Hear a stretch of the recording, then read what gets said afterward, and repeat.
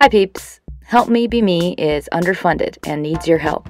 If you enjoy listening to this or it helps you at all, please visit helpmebeme.com and click donate or visit me on Patreon. Thanks!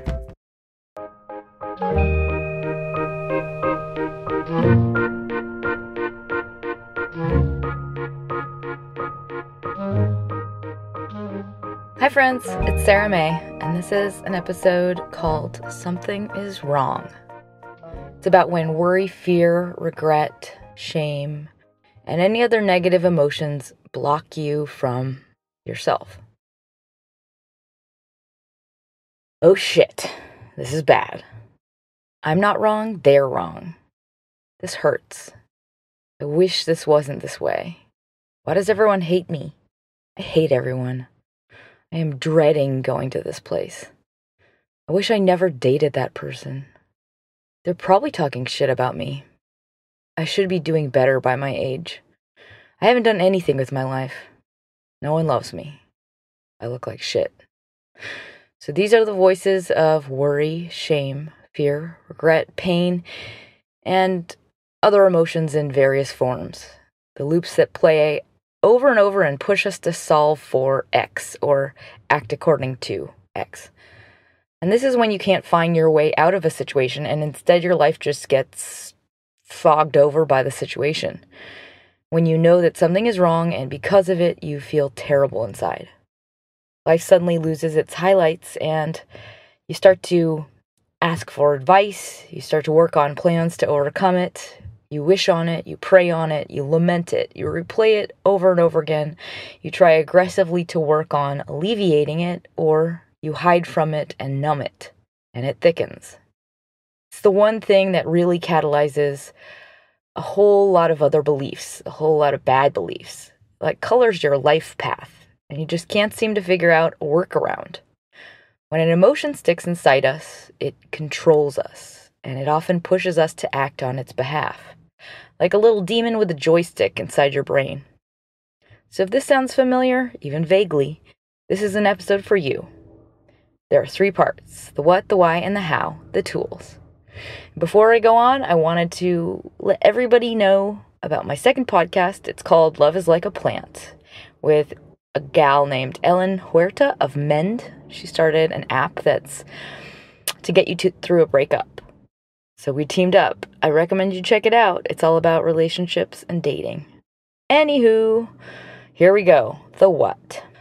What we think about on a daily basis creates our life. What we perceive and feel shapes our reality, including when we go through big, difficult stuff that hurts us.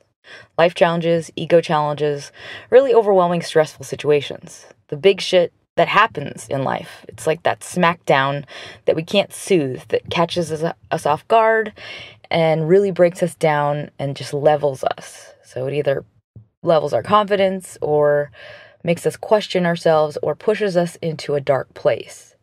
And this is when emotions become us.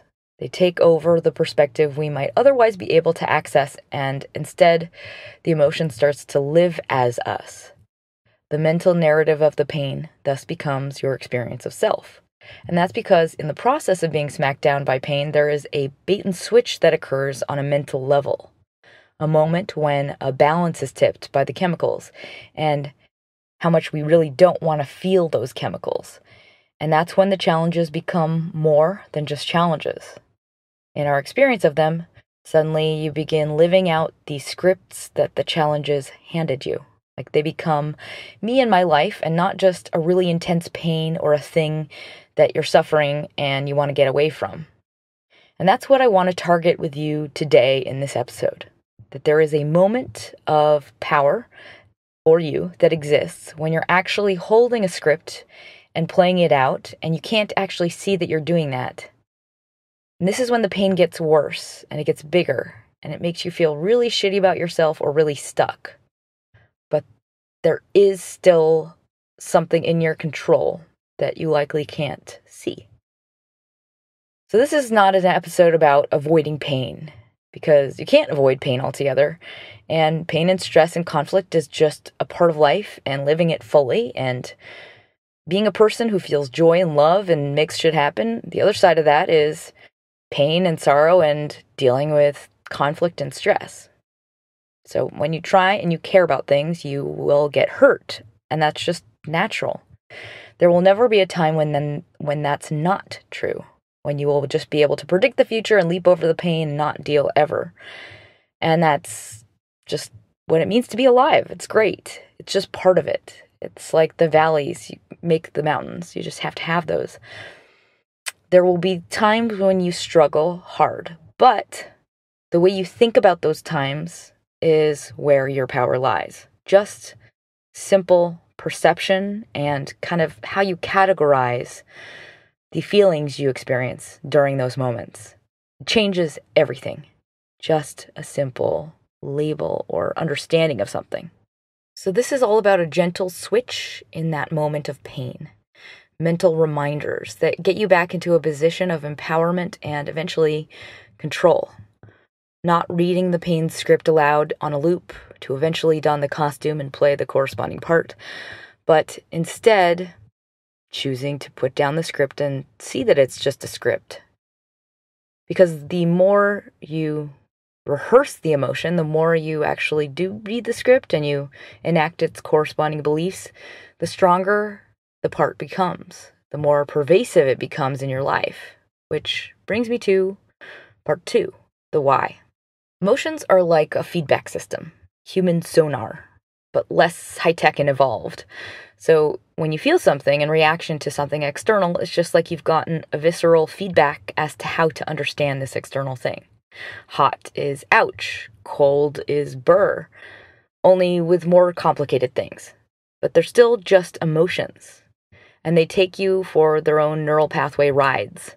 Big loops of chemicals and all the other corresponding memories and thoughts associated with them. But they are just recorded reactions to things, understandings of things in nature. So emotions, when indulged, can be catalysts for beliefs that cloud perception. And you must remind yourself to be active in that choice. Because fear can protect you, but it can also set you up in a mindset to expect terrible things, and therefore you're looking for bad things. Hate is like a blend of fear, anger, and shame, and it can also make you act out hateful things onto others out of just resistance to this toxicity of hate. And sadness can go quickly from a tear into an ocean of self-loathing. So they beget more of themselves. Emotions are like chemical systems of experience built by memory. And just like you are not your thoughts, you are not your emotions. They just happen to you and through you, like nerves in your body reacting to touch. So if you don't have a practice of meditation, or you've never been able to do it before, or if you've just never been able to train your mind to shut off and be quiet, this might sound like something foreign or weird or hippie-like or impossible, but you are a being, a presence, like an energy, a 360 soul that expresses itself in all kinds of mediums, like from your handwriting to the sound of your voice. You are not the things in your head specifically. So you can, as a practice, empty this presence that is you of all distractions, of everything, including your thoughts and any physical distractions, like itches. You can become like just a void, a pure essence, or what it felt like to me was a leaf on a tree. Like you're just being alive and you're here, your consciousness. There are no emotions, no feelings, no thoughts in the way. And even if they do kind of flutter through, they just are. They don't have to be you. They don't have to carry you with them. So it's not necessary to get to this place of emptiness where you're just a vessel. It might not appeal to you to meditate at all. But I just want you to be aware that that is a real state that can exist for you if you choose to get there, where you are not your thoughts, you're not your feelings. You can access the information of the sensations in your body, but they are not controlling you. They are not forcing you to live through them. The reason that that's important information is because in moments when you're being taken down by your feelings, and they're making you do certain things, and they're catalyzing more bigger, more complicated beliefs about yourself, it can be really hard to trace your way out of it. And so it really helps to at least hone an ability to shut off your brain or use your physical body to stop thinking just when it's not serving you, when it's really fucking you up and it's making you feel bad. Like that, those are the times when you want to be able to calm yourself and rid yourself of those feelings. The reason a lot of people like to meditate is because it empowers you to access this place on command when you need it. And it's usually the most handy when you're in a lot of pain or you're triggered, like by a trauma. I used meditation, well, specifically yoga, but via that meditation to treat my PTSD. And that was incredibly powerful just as far as relief goes, because it was, you can't escape your brain. You can't take it off. You can't remove it from your body. So it really helps to be able to soothe your chemistry by using, your physical form to shut off the thoughts and also soothe anxiety and just overwhelm any kind of emotional overwhelm. You can actually soothe the chemicals yourself by activating your body. It's like a safe zone. So whether or not you choose to meditate based on listening to this, I just want you to understand how this level of manual shutting down of thoughts works related to your emotions, that the ones that motor your boat around against your will. Another powerful perk of meditation is that it forces you to stop looking forward or backward in your thoughts, and it's instead forces you to just come to now, right now, and truly nothing exists but right now, right now, right now, right now. Because when you're angry or upset, it's usually because it has something to do with outside of right now. It has to do with that thing yesterday or that thing to come. So when you meditate or when you practice something that forces you to just be in this present moment, it brings you back to where everything is actually okay, where you're probably in a situation that's totally okay. Nothing is wrong. Nothing bad is directly around you. All that stuff is just outside of your experience. And it's actually you bringing it into the present that is ruining the present moment. So it's like your brain is making you live through this negative thing by conjuring it in the current state, by imagining it. By not redirecting your thoughts, you are allowing the issue to live through you, like you're watching a videotape.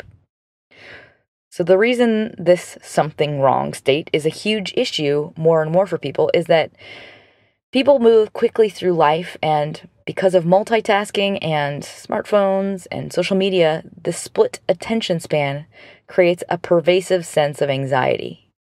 So when you are not with yourself entirely, you are lacking a connection to the state of clarity and calm that is just you all in one place. It's like your brain has no actual capacity to focus when you are constantly living in a place of split attention. So this is when you feel anxious, unsettled, worried, and just you're never in one place.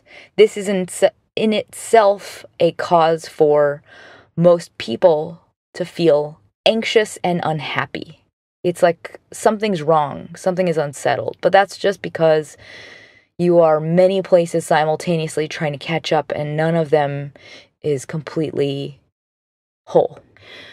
So if you're always tugged in one direction or another, you're always compromised and you're unable to be clear and directed in where you place your focus. It's also where you are unable to connect to the deeper part of who you are and what you want. Where your focus goes, your life goes. So if it's split, you're moving in different directions at the same time. Therefore, you're not moving in one direction. So another concept I wanted to call out to your attention that illustrates this separation is when you are consumed with a thought about something, no matter what it is, you are actively practicing that thing, living it, creating it in the present. For example, if you are all consumed by resent over someone that wronged you, you are practicing resent in just your present moment. You are bringing it into your present and living it. You're making resent a part of your life, a part of your daily practice. So the more you practice something, the more your life embodies it. So this is really about being deliberate in these moments when things are bugging you or worrying you and pressing the right button to eject the videotape as soon as possible. And it just starts with awareness. It just starts with seeing that it's happening and that you, in fact, have some power in the situation. Which brings me to part 3, the tools. So in all of my tools for this topic, the answers are going to be about softening. They're not things to muscle or resist or be mad at yourself. It's about reminding yourself gently and in a kind voice. So I want you to start to tame these thoughts with compassion and not judgment, not feeling frustrated at yourself. I just want you to remind yourself to relax backwards behind these things and not attach, not to react, just to notice that they're happening. So the first tool I have for you is a mantra. And this is something I use quite a bit when I get caught up with a fight or a thing that's happened or some moment where you're just really crystallizing how fucked up life is and just how painful everything is. It's that's when you start to be really dramatic about pain or about how you're feeling and your emotions. So the mantra is, not everything has to mean something. So in that moment when you're starting to be oh my God, things are so bad. It's when you have that movie moment in your mind where you're looking at yourself almost. Just remind yourself don't lump a giant teaspoon of drama into this situation. It just is. Not everything has to be a big deal. Not everything has to mean something. The drama or the emphasis you attribute to something is 99% of that thing's meaning. So remind yourself, chill. It doesn't have to be that big of a deal. Even a really big dramatic fight doesn't have to be so much of a big deal. Not everything has to mean something. Maybe choose to let it go. That's number 1. Number 2, come back to the physical.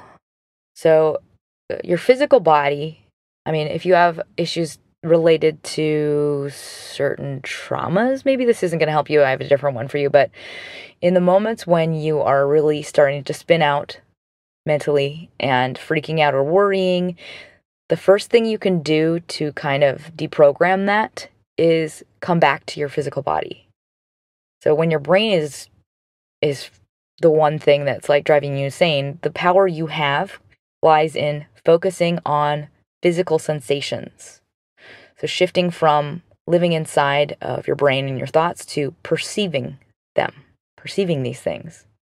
So for example, focusing on the sound of your breath is a really important one, or focusing on just parts of your body, how your chest feels, how your throat feels, how your feet feel, how your hands feel, very specific and nuanced sensations. I think one of the best things you can do when you're in that moment of freaking out and pain is just try and trace through your body where it's taking on a physical form. So where in your body is clenched. And if you don't want to go into your physical body, if that doesn't help you, makes you feel weird, then I suggest trying going into the auditory sensations. Focus on individual sounds you hear and start with the ones that are closest to you. Really focus on the space and how the sound describes the space you're in. And then try and focus on the ones farthest away from you. So this is just a way to start to disempower the emotional loop, is starting to just really step back and focus on sensation. That's number 2. Number 3, it's kind of a mean title. I don't want you to injure any turtles. That's my caveat. Number 3 is turn the turtle over. And that's just, I want you to imagine there is a raging demon red turtle.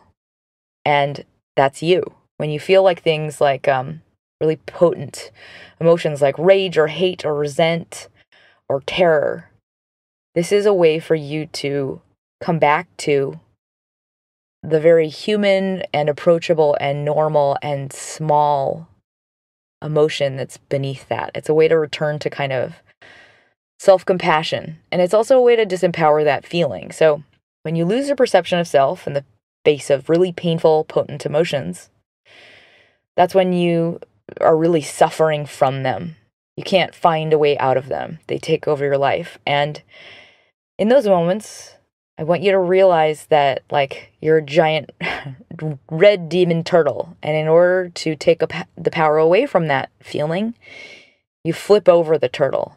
On the bottom side, you can see it's not red at all. It's just something very small and human and understandable, something very soft. So, for example, there's a deeper emotion that causes hate. And that's usually something like fear or vulnerability. When we are threatened, we usually strive for something to toughen ourselves or something that will help our ego. You know, we want to prove that we're right and everyone else is wrong, or those people are stupid and we're so correct and they don't know. So underneath that, though, is really something very vulnerable and childlike and human. And once we can identify that, that's like a key. It's a key for us to be able to forgive that other thing and also remember, like, we're human and we have been hurt. It's when you can start to feel like love for yourself and like say, of course I would feel that way. It's because I want to be liked. I want somebody to want to be my friend. I want attention. I don't feel confident. Like, all of those are very understandable emotions. And they are not so scary to us. They can also help us come back to compassion for somebody else. So it's kind of like a gentle soothing that allows you to undo something's power in your brain to, like, torture you and fixate on a mental loop. So remember, there's two sides to the turtle, and below the red is actually very soft green. It's number 3. Number 4, meet those trolls face to face.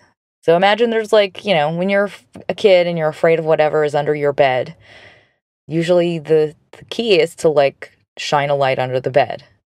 Or turn all the lights on in the room and then shine a light under the bed. But that is another way to think about the really toxic emotions as they start to affect you, or the toxic thoughts, or the feelings that make you really want to, like, have a good stiff drink or run away or start to make you pissed at everybody around you. Like, the best solution in that situation, or something for you to try, is to just stare that feeling in, like, face to face. Get really close to it. Look at it and just describe to yourself the sensation that is that emotion in all its, like, gory detail. You know, like, if you're getting irritated and frustrated, instead of, like, trying to suppress it, try going into it and just seeing how it feels completely and just sit in it. Because what you'll find is, like, it just is. It's not that intolerable. It's not going to have, like, it doesn't have the power to overcome you. It just is intense. But it's like a way to remind yourself that you actually do have a lot of capacity in those moments. Like, it doesn't have to overtake you, and it probably won't. It's just like in the moments of intensity, it's like sitting in a really hot bath. You're like, ow, ow, ow, ow, ow, ow. But it's like it just becomes way more doable.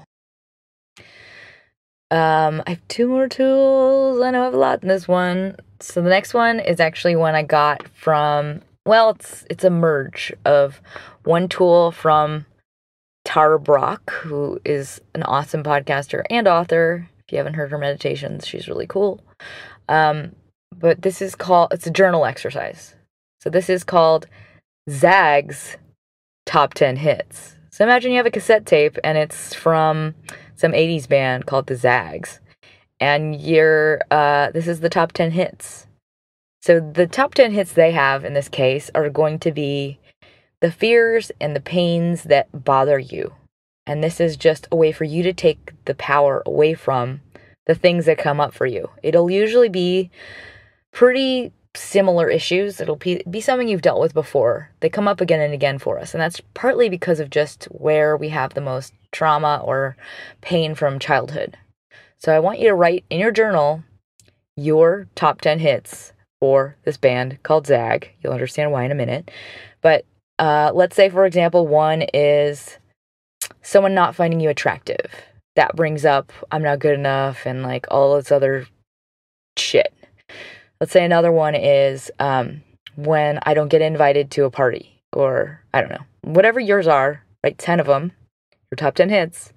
And in those situations, I want you to pre-decide how you are going to zag, meaning change the pattern of your behavior following that, like leaping into something totally different and unrelated that will cause you some sort of, preferably something that brings lots of endorphins to your body or serotonin to your brain, something physical, and write it next to that item. So let's say it's someone not finding you attractive. What is something that you could do that would zag from that situation?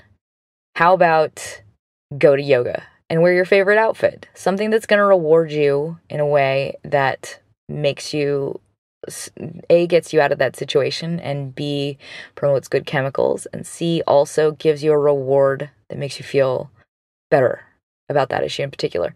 So in all of these situations, your goal is to get chemicals moving in a different direction, and also not allowing yourself to play out the rest of that loop, because you probably know, even if you just think about one of those things for yourself right now, that it comes with like another extra 3 hours, depending on how you act, or depending on what happens right after that. It brings with it, like, it could be another 3 hours of pain. It could be another 2 days of emotional issues or fights or whatever. So I want you to pre-decide what you're going to do when you hear that top 10 hit play and get out of that rut immediately. So you're going to identify the cues that set you off, and you're going to choose a new routine that has a similar benefit. Whatever it is, you're going to run like hell in the opposite direction. That's number 5. And number 6, this is a cool tool. Cool tools rule. And it's called the last gate. The last gate. The last gate before change. So this is something you'll grow to know yourself, and you might already know it. But I want you to visualize there's this like wrought iron, giant, intimidating gate in this like, I don't know, limbo state passage that is the final test before change, before growth occurs. And that gate is called doubt. Self-doubt. Self-doubt is a doozy. It is like the final battle in Mortal Kombat, and the ninja has like lightning bolts they throw, and it's half goat dude. Anyway, and it knows how to talk you out of things. This battle you will have is like the voice that will tell you you're a loser, you're never going to be different, you should give up, you don't deserve happiness or love. Like, that's all bullshit. The words that other people say are made up, and this doesn't work. I should know better. Whatever it is, remember that when you have self-doubt, when you have those words of like, who am I fucking kidding? This is ridiculous. That is actually the final gate. You're at the final gate before change has become effective. And when you face this battle with this goat ninja that is self-doubt, it's actually a part of you that is recognizing the change that is about to take place and is getting fearful of straying from sameness and what you've known. So in other words, it is a very good sign. It's the last ninja. You're almost to a state of changedness. So you have to just recognize that this is actually a sign of the last gate, right before it's actually worked. So you've got to shake, all you've got to do really is just shake the hand of that doorman, listen to the shit talking of, you're never going to do this, and just keep going. Even if you are terrified, even if you believe all the words, you've got to keep going. It's just a sign that, like, you're almost there. Self-doubt is just the final gate before successful change and growth. So when I get nervous now, when I feel like, oh, fuck, I don't know if I can do this. I don't think I can do this. I don't think I'm good enough to do this. I know now that's like the little bell that rings as I'm walking through that gate. Like, oh, yeah, this means something good's about to happen. It means I'm growing, about to grow. So those are my tools, and I hope you enjoyed them. I hope they work for you. And in closing, I want to say thank you, holy shitballs. Thank you so much to my latest monthly sponsors. Margaret, you're so sweet and adorable. New Margaret. I have another Margaret that I love as well. Gabriel, however you say your name, I love you. And Enrique, you rock. You made my month. You made my last 2 months. Thank you. And thank you to all my current sponsors. You are creating my dream every single day. And I want to let everybody know I am about to launch a new website. I'm trying to get all the accounts and the links to work, but it'll be coming out soon, and I think you'll like it. I hope you like it. And it'll replace the Teaspoon site. But I also want to let you know I'm going to add the links to any reading material or listening material to this episode on the blog version of this post. So, in closing, we are taught by just society and culture and the world to have high standards for ourselves. And if we are weak, or we can't be strong, or we can't just muscle through things, that there's something broken about us, or there's something lesser about us. And this is the belief that drives most of us to run from pain, or fight it, or suppress it, or ignore it, or deny it. And when you hit walls of pain, or you feel like something has carried you away with it, you start to freak out and feel like it's just the truth. And I want you to remember now in the future moments that you can just allow it to be. And you can remind yourself it's temporary and it's on its way out. It's not you, it's just happening to you. And it's normal. We all go through these times. We all have those thoughts. Try not to let them snag as they pass through. The greatest strength and the greatest opportunity you will have for growth arrives when you admit how you feel and if you hurt and where you are. It's from there that you can actually choose change. It's when you can actually set the highest goals. It's where you can make the most dramatic growth. It's when you hit those bottoms, when you feel like crap, when you feel leveled. That's actually the platform that's like the bouncy platform that you can shoot to the most dramatic growth. Just know that. It's when the most opportunity opens. So to create the change, to actually move out of that state, it just starts with having simple awareness. That simple step of acknowledgement that it's how you feel and it hurts and you don't like it. That's what gives you a key to separate from the chaos and also face it, and then you can overcome it. So I will tell you from personal experience and also science that these moments of confrontation are gifts. It's actually like a great opportunity for change, especially if you're hitting a rock bottom of any kind.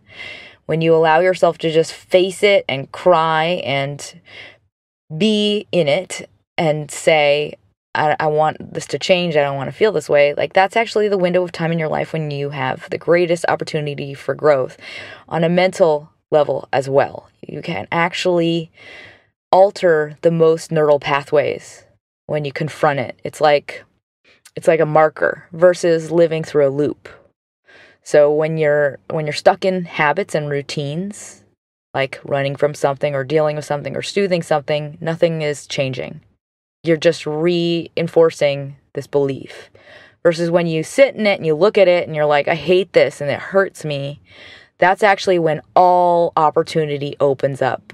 It's when you can say, I need to change something and I want to change something. That's when you can actually get out of the routine. It's a huge opportunity. I hope that made sense. So when you accept all that sucks and you really look at it, you see it for what it is, it's not you anymore. You don't have to live through it. You can confront it. And that's when you can actually choose who you want to be. It's when you realize like you're brave and you're competent and you're capable, and you can say, this isn't who I am and what I want. I want to love myself. I want to feel unafraid, and I want to change. So with that, I hope this helped you. And I believe you can do whatever you want to do. I believe you can change in any way you want to change. And I believe you can overcome any of this stuff. Of course you can. With that, if you know anyone that would like this, please share it. And don't forget to smile.